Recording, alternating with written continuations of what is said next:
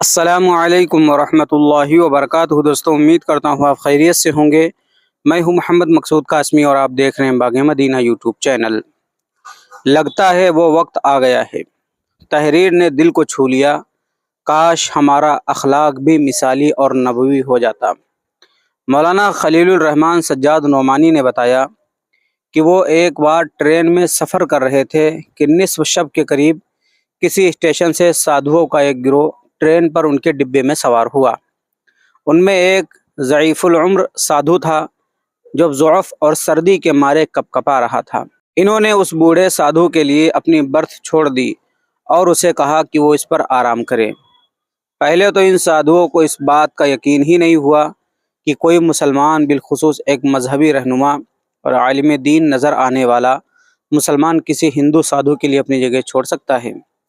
اس لیے ہچکچاہٹ اور تذبذب کی فضا کچھ دیر قائم رہی، لیکن پھر ان کے اصرار پر وہ بوڑھا ہندو سادھو آرام کے لیے ان کے برتھ پر لیٹ گیا۔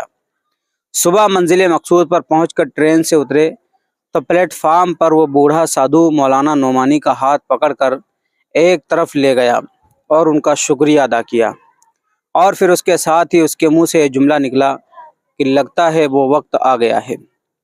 مولانا کہتے ہیں کہ میں نے اس سے پوچھا کہ کون سا وقت آ گیا ہے، تو اس نے ٹالنے کی کوشش کی کہ نہیں، کوئی بات نہیں، لیکن ان کی طرف سے اصرار بڑھا تو اس نے کہا کہ ہم اس وقت کا ایک عرصے سے انتظار کر رہے ہیں کہ جب تم مسلمان یہاں کے عام لوگوں کے ساتھ وہی رویہ اختیار کرو گے جو تمہارے پیغمبر کا عام انسانوں کے ساتھ تھا، اور اس کے نتیجے میں تمہارے پیغمبر کا مذہب یہاں کے لوگوں میں پھیل جائے گا۔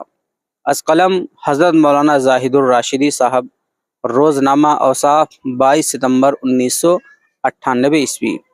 تو دوستو، یہ تھی مختصر سی تحریر مولانا خلیل الرحمن سجاد نعمانی کے متعلق، جو یہ واقعہ عجیب و غریب سا ٹرین میں پیش آیا تھا۔ واقعی حضور پاک صلی اللہ علیہ وسلم کے اخلاق ایسے ہیں، اگر وہی اخلاق ہم اپنی زندگی میں داخل کر لیں تو انشاءاللہ برکت ہی برکت ہوگی اور سامنے والا متاثر بھی ہوگا۔ اب آپ حضرات کا اس تحریر کے متعلق کیا کہنا ہے، نیچے کمنٹ کیجئے گا۔